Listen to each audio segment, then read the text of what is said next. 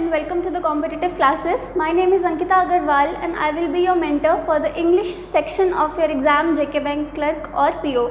तो अगर आप प्रोबेशनरी ऑफिसर का एग्ज़ाम देना चाहते हैं या बैंकिंग एसोसिएट्स का एग्ज़ाम देना चाहते हैं तो दोनों ही एग्ज़ाम्स में इंग्लिश जो है वो एक बहुत इम्पॉर्टेंट पोर्शन ऑक्यूपाई करती है हमारे प्रिलिमिनरी एग्ज़ाम का. ओके साथ ही साथ इंग्लिश हमें सिर्फ एग्ज़ाम को क्लियर करने के लिए नहीं पढ़नी है. इंग्लिश हमें इसलिए भी पढ़नी है बिकॉज़ अगर आप सिलेक्ट हो जाते हो, आप बैंक में अपॉइंट हो जाते हो तो आपके जो इंग्लिश के स्किल्स हैं वो आपको बहुत हेल्प करेंगे ऊपर चढ़ने में. बिकॉज़ आपको ज़रा पेपर वर्क, आपको सारा जो काम है वो आपके इंग्लिश में आपका ऑफिसर कह देता है कि आपको एक लेटर टाइप करके देनी है. तो अगर आपके इंग्लिश स्किल्स जो हैं वो अच्छे नहीं हैं तो आप वो लेटर टाइप करने में हिचकिचाओगे. तो इसलिए आपको इंग्लिश को सिर्फ एग्ज़ाम क्लियर करने के लिए नहीं पढ़ना, आपको उसके बेसिक्स को भी रेडी रखना है ताकि जब आपको ज़रूरत पड़े उनकी आप उनको यूज़ कर सको. हमारे साथ जितने भी बच्चे हैं हो सकता है कईयों का बेसिक स्ट्रॉन्ग हो इंग्लिश में, ठीक है, वो सिर्फ अपना कोर्स कंप्लीट करने के लिए आए हैं. बट कई होंगे जो बेसिक लेवल पे भी इतने अच्छे नहीं हैं, जिन्होंने स्कूल में अच्छे से इंग्लिश नहीं पढ़ी है या उनको पढ़ाई नहीं गई है. तो हम उन दोनों लेवल के बच्चों को हेल्प करेंगे अपनी इंग्लिश को इम्प्रूव करने में. तो हम उन दोनों लेवल के बच्चों को साथ में लेकर चलेंगे. जिनका बेसिक स्ट्रॉन्ग नहीं है पहले उनका बेसिक स्ट्रॉन्ग करेंगे और जिनका बेसिक ऑलरेडी स्ट्रॉन्ग है उनके लिए हम नेक्स्ट लेवल का उनको लेक्चर्स प्रोवाइड करेंगे. साथ ही साथ ये कोर्स जो है वो हमने स्पेसिफिकली तो जेके बैंक के लिए लॉन्च किया है. बट अगर आप एक बैंकिंग एस्पिरेंट हैं तो आप जानते होंगे कि IBPS, SBI, RBI ये सब जो हैं इनके एग्ज़ाम्स में भी इंग्लिश का सेम ही प्रोपोर्शन रहता है. हाँ, RRB के केसेस में जिसकी नोटिफिकेशन अभी निकल चुकी है और अगर आप इंटरेस्टेड हैं तो आपको फॉर्म ज़रूर फिल करना चाहिए. RRB के प्रिलिमिनरी में इंग्लिश का नहीं पूछा जाता. प्रीलिम एग्ज़ाम में सिर्फ मैथ्स और रीजनिंग पूछी जाती है. अदर देन RRB हर बैंकिंग एग्ज़ाम में इंग्लिश जो है वो उतना ही ऑक्यूपाई करती है जितना जेके बैंक एग्ज़ाम में. तो चलिए हम देखते हैं कि जेके बैंक में इंग्लिश का जो पोर्शन है वो कितना रहता है. सबसे पहले तो मैक्सिमम मार्क्स जो हैं इंग्लिश के वो 30 रहते हैं. आपका प्रीलिम्स एग्ज़ाम जो है बैंकिंग PO का और बैंकिंग एसोसिएट का वो जो है वो 100 मार्क्स का होता है. 100 में से 35 मार्क्स आपका मैथ्स क्वांट ऑक्यूपाई करता है और 35 मार्क्स आपके रीजनिंग ऑक्यूपाई करता है आउट ऑफ 100. तो बाकी जो रिमेनिंग 30 मार्क्स हैं वो आपके कौन ले जाता है? इंग्लिश. इंग्लिश के आपको मैक्सिमम मार्क्स 30 होते हैं और जो क्वेश्चंस आते हैं आपको 30, विच मीन्स कि हर क्वेश्चन को आपको 1 मार्क दिया जाता है. उसके बाद अगर हम टाइम की बात करें तो हमें हर सेक्शन के लिए इक्वल टाइम मिलता है, 20 मिनट्स, 20 मिनट्स एंड 20 मिनट्स. तो इस हिसाब से देखें तो हमें इंग्लिश के लिए बाकी 2 सेक्शन से ज़्यादा टाइम मिलता है. एम आई राइट? तो आप सोच रहे होंगे कि क्वेश्चन ज़्यादा है, टाइम कम है, ये कैसे किया जाएगा? तो जिनकी तो इंग्लिश स्ट्रॉन्ग है, जो ऑलरेडी जिनको रीडिंग कैपेबिलिटी जिनकी अच्छी है, उनको 30 मार्क्स का पेपर 20 मिनट्स में करने में ज़्यादा डिफ़िकल्टी नहीं आती.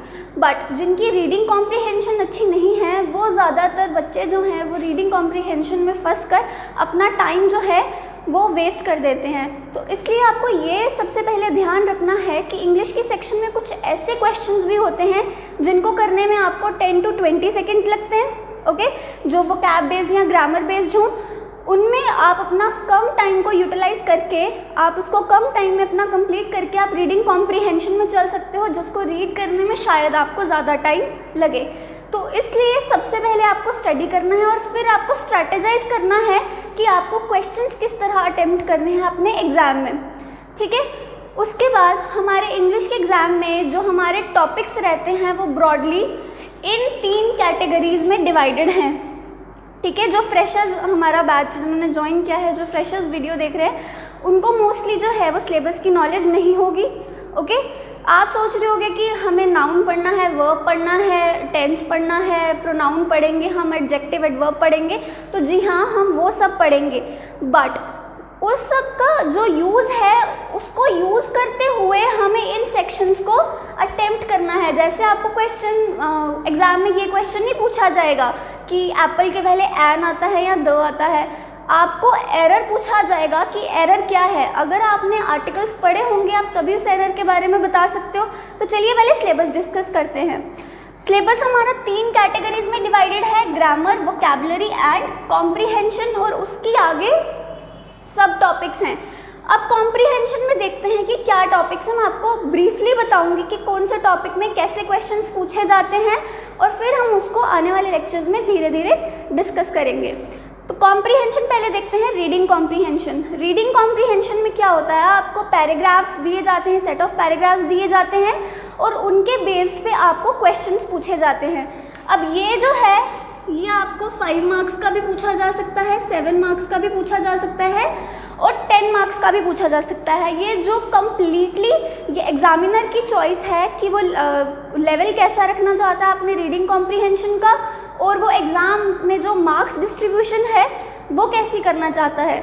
अब रीडिंग कॉम्प्रीहेंशन में आपको सेट ऑफ पैराग्राफ्स दिए जाएंगे, आपको रीड करना है, और उनके बेसिस पे आपको कुछ क्वेश्चंस पूछे जाएंगे। आपको पूछा जाएगा कि इस पैसेज का टाइटल क्या हो सकता है, आपको पूछा जा सकता है कि कोई वर्ड दे के कि इस वर्ड का साइनोनियम बताइए या एंटोनियम बताइए, या उसके बाद पूछा जा सकता है कि उसी पैराग्राफ में से उठाकर कुछ क्वेश्चंस के आंसर्स आपको पूछे जा सकते हैं। तो ये मिनिमम टू मिनिमम जो है वो 5 मार्क्स का रहता है हर एग्ज़ाम में, और मैक्सिमम टू मैक्सिमम ये 10 मार्क्स का रहता है। ऑल्सो जो लेवल है रीडिंग कॉम्प्रीहेंशन का वो डिपेंड करेगा with the level of exam. अगर आप बैंकिंग एसोसिएट का एग्ज़ाम दे रहे हो तो प्रॉबेबली वो जो लेवल होगा वो इजी टू मॉडरेट होगा, बट अगर आप प्रोबेशनरी ऑफिसर का एग्ज़ाम दे रहे हो तो उसका लेवल जो है वो मॉडरेट टू डिफ़िकल्ट रहेगा। आपको ये चीज़ पता होनी चाहिए कि जेके बैंक प्रोबेशनरी ऑफिसर्स और बैंकिंग एसोसिएट का जो प्रीलिम्स एग्ज़ाम है वो दोनों अलग अलग रहते हैं, ठीक है। जिसका जैसे कि लास्ट टाइम पीओ प्रीलिम्स का हमारे पास रिज़ल्ट आ चुका था, जिसमें जम्मू का कट ऑफ जो है वो 67 गया था और कश्मीर का कट ऑफ जो है वो 40 गया था। उसके बाद प्रोटेस्ट के बाद जो कट ऑफ है वो 40 पहुंचा था। और बैंकिंग एसोसिएट्स का एक ही एग्ज़ाम होता है प्रीलिम, वो हम आपके साथ डिस्कस कर चुके हैं पैटर्न उसका अपनी नोटिफिकेशन में, तो उसमें आपको क्लैरिटी होनी चाहिए कि हमारा एग्ज़ाम पैटर्न क्या है, ओके। फिर उसके बाद आता है हमारा पैरा जंबल्स। पैरा जंबल्स में क्या होता है, आपको जंबल दिए जाते हैं, कुछ 4-5 लाइनें दी जाती हैं, आपको प्रोवाइडेड की जाती हैं, और उसको आपको जंबल फॉर्म में दिया जाता है। आपको रीअरेंज करके उसको एक सूटेबल पैराग्राफ बनाना होता है। अब देखो with the passage of time इसका जो लेवल है वो भी बहुत ज़्यादा इंक्रीज़ कर गया है। जैसे कि पहले आपको सिर्फ 5 या 4 स्टेटमेंट्स दिए जाते थे, अब आपको ऐसा नहीं है। अब आपको 7 to 8 स्टेटमेंट्स भी दिए जा सकते हैं, जिसमें 1 या 2 सेंटेंस जो है वो फिक्स्ड होते हैं अपनी जगह पे, और आपको बाकी के सेंटेंसेस को रीअरेंज करना होता है और एक पैराग्राफ सूटेबल बनाना होता है, ओके। तो अब ऐसा ज़रूरी नहीं, अब इसमें से जो है ये ज़्यादा से ज़्यादा 5 मार्क्स का आता है आपके एग्ज़ाम में, ओके।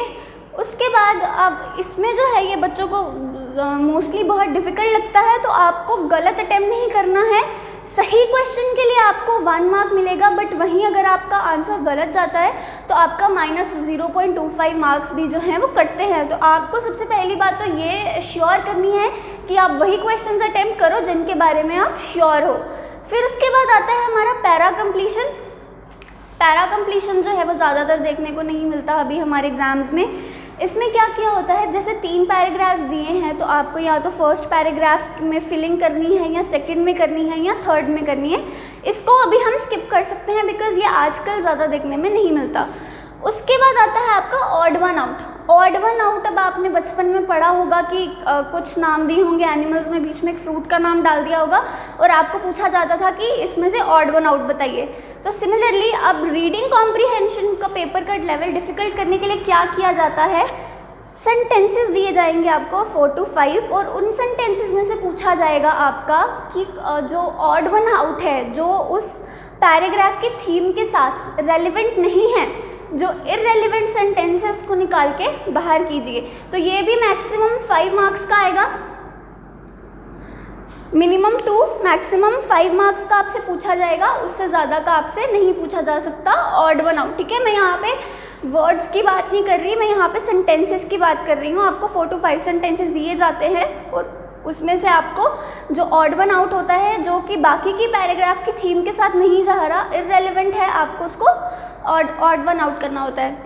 नेक्स्ट आ जाते हैं अपनी वोकैबुलरी पे।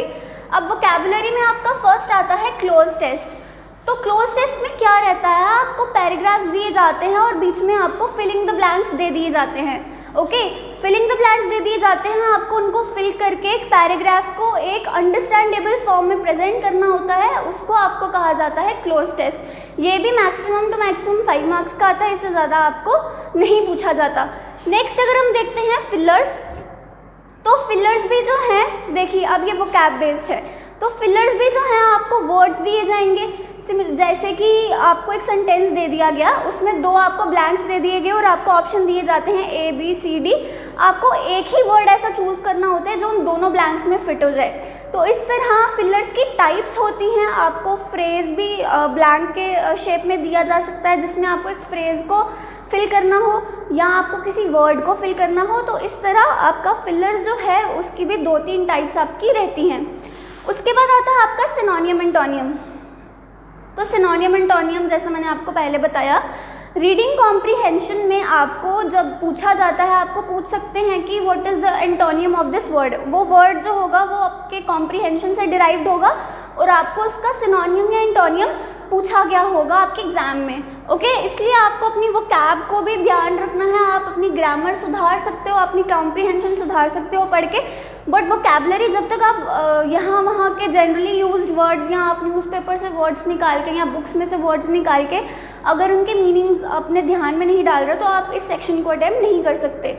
उसके बाद आता है आपका word swap. Okay, word swap में क्या है, आपको सेंटेंस दिया जाएगा। ओके, सेंटेंस में आपको 4 to 5 वर्ड्स जो हैं, एक कॉम्प्लेक्स सेंटेंस दिया जाएगा। कॉम्प्लेक्स सेंटेंस मतलब एक इलेबोरेटेड सेंटेंस दिया जाएगा, उसमें आपको 4 to 5 वर्ड्स जो हैं वो आपको दिए गए होंगे हाईलाइटेड। अब आपसे पूछा जाएगा कि कौन से ऐसे 2 वर्ड्स हैं जो आपस में स्वैप करते हैं तो उस पैराग्राफ की जो सेंस है वो बनती है। उसके विदाउट अगर आपको वैसा ही लिखा हो तो आपको वो सेंटेंस समझ नहीं आएगा। तो आपको जो इनकरेक्ट वर्ड्स वहाँ पे दिए गए होते हैं आपको उनको ठीक करके लिखना है, तो उस चीज़ को कहते हैं वर्ड स्वैप। नेक्स्ट आता है वर्ड रीअरेंजमेंट। अगेन आपको वर्ड्स दिए गए होंगे, आपको एक पूरा सेंटेंस दिया गया होगा, उस सेंटेंस में आपको 4 to 5 वर्ड्स जो हैं वो हाईलाइट किए गए होंगे और आपको पूछा गया होगा कि जो भी वर्ड्स आपको लगता है कि अपनी जगह पे सही नहीं लग रहे उनको रीअरेंज करो। ओके, तो it is similar to word swap. जो ये है ये ज़्यादा से ज़्यादा 2 to 5 मार्क्स के आते हैं। 5 मार्क्स, अब आप ये मत सोचिए कि हर एग्ज़ाम में आपको ये भी आएगा, ये भी आएगा, ये भी, ये भी, ये भी, ये भी। जी नहीं, एग्जामिनर की चॉइस है कि क्या आएगा, बट जो आपकी रेंज रहती है टॉपिक्स की वो सिर्फ यही रहेगी। इसमें से कोई ना कोई टॉपिक उठा के एग्जामिनर आपसे क्वेश्चंस पूछेगा तो आपके 30 मार्क्स बनाने के लिए। ओके, हो सकता है आपको किसी एग्जाम में पैराजंबल ना पूछा जाए, इसके 2 क्वेश्चन ज़्यादा पूछ लिए जाएं। हो सकता है आपको रीडिंग कॉम्प्रीहेंशन के 10 क्वेश्चंस पूछ लिए जाएं और बाकी के टॉपिक्स में से बाकी के 20 मार्क्स का पेपर पूछा जाए, तो ऐसे रहता है। नेक्स्ट आते हैं हम ग्रामर पे। तो ग्रामर में आपका फर्स्ट टॉपिक है एरर। एरर में क्या रहता है, आपको एक सेंटेंस दिया जाएगा। ओके, सेंटेंस में आपको पूछा जाएगा identify the word which has been wrongly spelled और ग्रामेटिकली रॉन्ग। ओके, वो होती है एरर डिटेक्शन। आपको पूरे सेंटेंस में हाईलाइटेड वर्ड्स में से देखना है कि कौन सा वर्ड जो है आपको गलत दिया गया है। ऑल्सो एरर डिटेक्शन की एक और टाइप है, आपके सेंटेंस को 4 to 5 पार्ट्स में डिवाइड किया जाता है। ठीक है, एक कॉम्प्लेक्स सेंटेंस ले लिया, उसको 4 to 5 पार्ट्स में जो है वो डिवाइड कर दिया। अब फिर उसके बाद क्या करेंगे, वो पूछेंगे कि कौन सा पार्ट है सेंटेंस का जो रॉन्गली आपको दिया गया है। तो एरर डिटेक्शन में आपको वर्ड डिटेक्ट करने के लिए भी बोला जा सकता है और एक पोर्शन, एक फ्रेज जो है सेंटेंस का वो भी आपको पूछा जा सकता है कि वो रॉन्गली ग्रामेटिकली रॉन्ग हो या मीनिंगफुल ना हो या तो कोई भी उसमें एरर हो। नेक्स्ट आता है आपका फ्रेज रिप्लेसमेंट। तो फ्रेज रिप्लेसमेंट में क्या है, आपको एक सेंटेंस दिया जाएगा, एक उसमें से एक पोर्शन जो है वो आपका हाईलाइट किया जाएगा। अब उस क्या ऑप्शंस में आपको दिए जाएंगे 4 to 5 फ्रेज, और उन फ्रेजेस को आपको क्या करना रहेगा, आपको एक उस फ्रेज को रिप्लेस करना है from one of the options, जिससे कि उस सेंटेंस का मीनिंग जो है वो क्लियरली हमारे सामने आ जाए। ओके, आपको एक मीनिंगलेस सेंटेंस दिया जाएगा विद अ फ्रेज जो कि हाईलाइटेड होगा।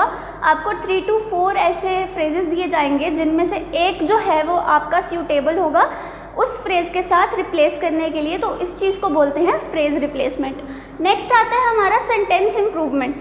सेंटेंस इम्प्रूवमेंट में क्या है, आपको एक कॉम्प्लेक्स सेंटेंस दिया जाता है। ओके, कॉम्प्लेक्स सेंटेंस दिया जाता है और आपके नीचे उसी सेंटेंस को थोड़ा सा रीशफल करके उन सेंटेंसेस को दिया जाता है। सेंटेंसेस को रीशफल करके या ग्रामेटिकली थोड़ा सा चेंज करके या कोई और उसमें चेंजेस करके आपको 4 ऐसे सेंटेंस दिए जाएंगे और आपको पूछा जाएगा कि आपको कौन सा सेंटेंस जो है वो इससे बेटर लग रहा है या जो ग्रामेटिकली सही लग रहा है। आपको एक सेंटेंस दे दिया गया और 4 ऑप्शंस दे दिए गए। आपको उन 4 ऑप्शंस में से चूज़ करना है कि आपको बेटर सेंटेंस कौन सा लग रहा है। आपको ग्रामेटिकली अगर उसमें कोई मिस्टेक है तो आपको उस मिस्टेक को रिमूव करके सेंटेंस को चूज़ करना है। नेक्स्ट आपका आता है कनेक्टर। कनेक्टर में क्या होता है, आपको 2 सेंटेंस दिए जाते हैं और ऑप्शंस में आपको 4 सेंटेंस दिए जाएंगे। ईच सेंटेंस उन 2 कनेक्टर्स को जोड़ के बना होगा। Are you getting my point? आपको 2 सेंटेंस दिए जाएंगे अलग अलग और ऑप्शंस में आपको 4 सेंटेंस दिए जाएंगे जो उन्हीं 2 सेंटेंस का एक इंडिविजुअल फॉर्म होगा। तो आपको वो चूज़ करना है कि कौन सा सेंटेंस जुड़ के सही तरह से जुड़ा हुआ है, तो उसको बोलते हैं कनेक्टर। नेक्स्ट आता है हमारा match the column. Match the column जैसे हम छोटी क्लासेस में करते थे, हमको ए पोर्शन दिया जाता था, बी पोर्शन दिया जाता था, लिस्ट ऑफ वर्ड्स होते थे दोनों सेक्शन में और आपको उनको कनेक्ट करना होता था। तो वही यहाँ पे भी करना है, आपको ग्रामेटिकली और मीनिंगफुल सेंटेंसेस बनाने हैं ए कॉलम और बी कॉलम के सेंटेंसेस को जोड़ के। ऑप्शन में आपको दिया गया रहेगा कि कौन सा ऑप्शन किससे जुड़ेगा। तो ये जो 2 टॉपिक्स हैं ये हमारे न्यू पैटर्न में आजकल एग्जिस्ट करते हैं। ये पहले नहीं पूछे जाते थे, ये फ्रॉम पास्ट 1 to 2 ईयर्स हमारे हर एग्ज़ाम में पूछे जाते हैं। तो स्टूडेंट्स, आपको क्या अचीव करना है, आपको सबसे पहले तो अपनी इंग्लिश की स्किल्स आपकी डेवलप करनी है। आपको देखना है कि इन 3 सेक्शंस में से आपका स्ट्रॉन्ग कौन सा है। उसको तो आप अपना इम्प्रूव करो ही, बट जो आपका स्ट्रॉन्ग नहीं है उसको भी आप इम्प्रूव करो। फॉर एग्जांपल कई बच्चों को रीडिंग कॉम्प्रीहेंशन में बहुत प्रॉब्लम आती है बिकॉज उनकी रीडिंग बहुत स्लो होती है। तो वो आप कैसे इम्प्रूव कर सकते हो, वो आप अपनी रीडिंग को, हैबिट्स को बनाओ। आप न्यूज़पेपर रीड करो, अपने फ़ोन में आर्टिकल्स वगैरह रीड करो। तो हम क्या करेंगे, हम वीक टू वीक हम आपको रीडिंग कॉम्प्रीहेंशंस प्रोवाइड करेंगे, आपको वोकैबुलरी का थोड़ा बहुत प्रोवाइड करते रहेंगे। साथ साथ में आपको उन वर्ड्स को लर्न करना है। देखो कोई स्फेयर नहीं है, आप जितना लर्न करोगे आप उतना ग्रो करोगे, उतना एक्सेल करोगे।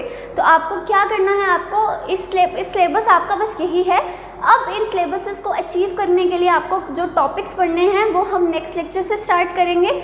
अब आप देखो, अगर आपको सपोज जैसे आपको क्लोज टेस्ट करना है या आपको एरर करना है, तो आपको जब तक वर्ब के बारे में नहीं पता होगा आप एरर कैसे डिटेक्ट करोगे।